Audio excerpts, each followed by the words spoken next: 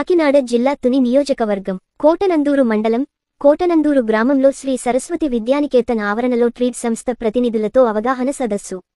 కాలుష్య నివారణ కొరకు ప్రస్తుత సమాజంలో కాలుష్యం వలన జీవరాశి మనుగడకు ఆటంకం కలుగుతుంది అని, అందుకే ప్రతి ఒక్కరూ కాలుష్యం వల్ల జరిగే ప్రమాదాలు తెలుసుకుని వాటిని ఎలా నివారించాలో వివరించడానికి ఈరోజు తాండవ రూరల్ ఎకనామికల్ డెవలప్మెంట్ సొసైటీ వారు, ఉత్తరాంధ్ర పర్యావరణ నెట్వర్క్ వారిచే ప్లాస్టిక్ నివారణపై ప్రత్యేకమైన అవగాహన సదస్సు ఏర్పాటు చేసి, ప్లాస్టిక్ నివారిద్దాం పర్యావరణాన్ని అరికడదాం అనే స్లోగన్స్ చేసుకుంటూ ప్లాస్టిక్ మన జీవన విధానాన్ని ఏ విధమైన దుష్పరిణామాలకు దారితీస్తుందో, భూమిలో కొన్ని వందల సంవత్సరాల వరకు ప్లాస్టిక్ అనే పదార్థం కలుషితం కాకపోవడం వల్ల భూమి లోపల ఉండే భూగర్భ జలాలు అడగట్టిపోవడానికి అవకాశం ఉంటుందని, ఆకాశంలోని ఓజోన్ పొర దెబ్బతిని సూర్యరశ్మి కిరణాలు నేరుగా భూమి మీద పడటం వలన జీవరాశి మనుగడకు ఆటంకం కలుగుతుందని, ఇలా ఒక ప్లాస్టిక్ కాకుండా శబ్ద కాలుష్యం, వాయు కాలుష్యం, గాలి కాలుష్యం, నీటి కాలుష్యం, ఇలా అనేక రకాల కాలుష్యాల వలన మనం ఎన్నో ఇబ్బందులకు గురి అవుతున్నామని, వాటన్నిటికన్నా ప్లాస్టిక్ మరీ ప్రమాదకరమని, అందుకే ఈరోజు ప్లాస్టిక్ వాడకాన్ని తగ్గించే విధంగా ప్రజల్లో అవగాహన తీసుకొచ్చి వాటి యొక్క ప్రమాదాలను ప్రజలకు వివరించారు.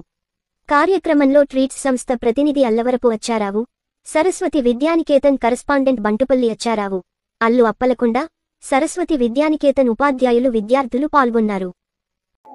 ప్లాస్టిక్ నివారిద్దాం, ప్లాస్టిక్ నివారిద్దాం, ప్లాస్టిక్ నివారిద్దాం, ప్లాస్టిక్ నివారిద్దాం, ప్లాస్టిక్ నివారిద్దాం, ప్లాస్టిక్ నివారిద్దాం, ప్లాస్టిక్ నివారిద్దాం. డెవలప్మెంట్ సొసైటీ మేము ఉత్తరాంధ్ర పర్యావరణ నెట్వర్క్ వారి ద్వారా పర్యావరణమే పనిచేస్తున్నాం. ప్లాస్టిక్ అనేది చాలా ప్రమాదకరమైనది.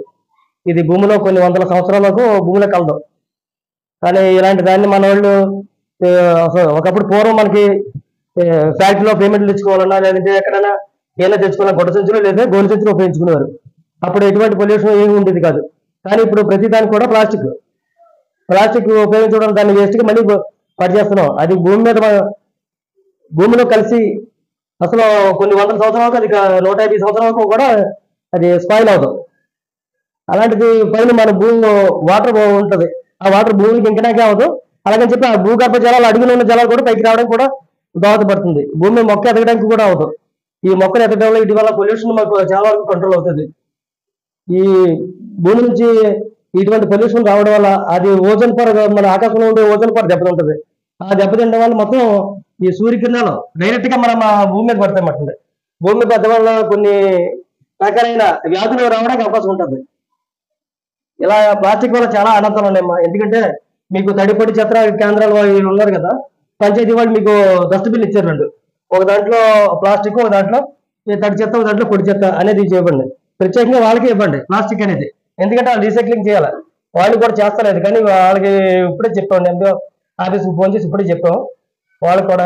ఎందుకంటే అసలు దాన్ని వినియోగించలేదు. ఎక్కడికక్కడ ప్రతి విలేజ్ కి తడి పొడి చెత్త కేంద్రాలు కట్టేశారు. వాటిని వినియోగం లేదు. వాటిని మీరు అందరూ ఈ విధంగా చేయడం వల్ల వినియోగాలు తెస్తారు. ఎందుకంటే అది మొత్తం మన నుంచి అవేర్నెస్ అనేది వస్తాయి, కానీ వాళ్ళు కూడా పూర్తిగా చేయలేరు. ప్రపంచవ్యాప్తంగా ప్లాస్టిక్ నివారణ అనేది జరుగుతుంది. ఎన్నో సంవత్సరాలుగా దీన్ని బ్యాన్ చేశారు ప్లాస్టిక్ని. అయినా కూడా మన దేశంలో ఇంకా ప్లాస్టిక్ వినియోగంలోనే ఉంది. దీనికి మనందరూ కూడా సపోర్ట్ చేసే విధంగా మనం కృషి చేయాలి. ముందుగా అంటే అన్ని జనాల్లోకి మెసేజ్ వెళ్ళాలి అంటే టీచర్స్ ముఖ్యంగా మనం పిల్లలకు మెసేజ్ ఇచ్చినట్టయితే ఇంటి దగ్గర వాళ్ళ పేరెంట్స్ తోటి అమ్మ ప్లాస్టిక్ ఉపయోగించకూడదట, ప్లాస్టిక్ ఉపయోగం వల్ల అనేక అనర్థాలు ఉన్నాయి. అనర్థాలు అంటే మనకి ఇది మట్టిలో కరగదు. ఒకవేళ మన పొలాలు పండించే దగ్గరన్నా, మొక్కల దగ్గరన్నా ఇది ప్లాస్టిక్ ఆ భూమిలో కానీ ఉన్నట్టయితే ఆ వేళ్ళు భూమిలోకి చొచ్చుకుని వెళ్లకుండా మనకు అడ్డుకొని మొక్క ఎదగడానికి ఆటంకంగా మారుతుంది. అలాగే ఈ ప్లాస్టిక్ వినియోగం వల్ల అనేక కారకాలైన రోగాలు కూడా మొదలు వస్తున్నాయి. మనకి ఇంకా కొన్ని బాటిల్స్ ఉన్నాయట. ఆ బాటిల్స్లో వాటర్ తాగడం వల్ల క్యాన్సర్ వస్తుందని చెప్పేసి మొన్న రీసెర్చ్ చేసి రీసెంట్గా మామూలుగా మన ఢిల్లీలో ఒక ప్రకటన అయితే ఇచ్చారు. దీని మీద అనేక క్యాన్సరే కాదు అనేక రోగాలు మనకి దీనివల్ల ప్లాస్టిక్ వల్ల వస్తున్నాయి. కాబట్టి అలాగే మనకి ప్లాస్టిక్ వినియోగం ఎక్కువైతే అక్కడ మనం సపోజ్ వర్షం పడుతుంది, ఆ వర్షం నీరు అందులో నిల్వ ఉండడం వల్ల అక్కడ ఒక దోమలు చేరడం, ఆ దోమలు మళ్ళీ బయటకు వచ్చి మళ్ళీ మనం పుట్టడం వల్ల అనేక రోగాల బారిన మనం పడుతున్నాం. అంచేత మనం ప్రతిదీ కూడా ప్లాస్టిక్ వినియోగం తగ్గించి మన పేపర్ యొక్క బ్యాగ్స్ కానీ లేకపోతే క్లాత్ బ్యాగులు కానీ ఇప్పుడే మన మార్కెట్లో వినియోగంలోకి వచ్చాయి. అయితే మనం ఏంటంటే మనం ప్రతి ఒక్కరు కూడా మనం కొత్తగా మనం చేయలేం కాబట్టి ఒకళ్ళో ఇద్దరిలోనే మార్పు కాదు, ప్రతి ఒక్కరిలోనూ కూడా ఈ మార్పు వచ్చినట్లయితే మనకి ఆ ప్లాస్టిక్ నివారణ అనేది సాధ్యమవుతుంది. దీన్ని మనమే కాకుండా మన గవర్నమెంట్ కూడా మనం సపోర్ట్ చేసిన వాళ్ళు ఉంటాం. ఎవరైనా అమ్మడం కానీ లేకపోతే ఎవరి చేతుల్లో ఉన్న బ్యాగ్ దాని గురించి మనం ఎక్స్ప్లెయిన్ చేయడం వల్ల కూడా మనకి ప్లాస్టిక్ వినియోగం అనేది తగ్గుతుందని చెప్పేసి మీ అందరికీ మళ్ళీ తెలియజేయడం జరుగుతుంది. అలాగే ప్రతి ఒక్కరూ కూడా మనం మిగతా వాళ్ళతో కానీ అలాగే మనం వినియోగాన్ని మనం తగ్గించుకుంటూ మన పిల్లలను కూడా మామూలుగా తగ్గిస్తూ మిగతా వాళ్ళందరికీ కూడా మనం తెలియజేసినట్టయితే అనేక ఉపయోగాలు ఉన్నాయని చెప్పేసి సభాముఖంగా.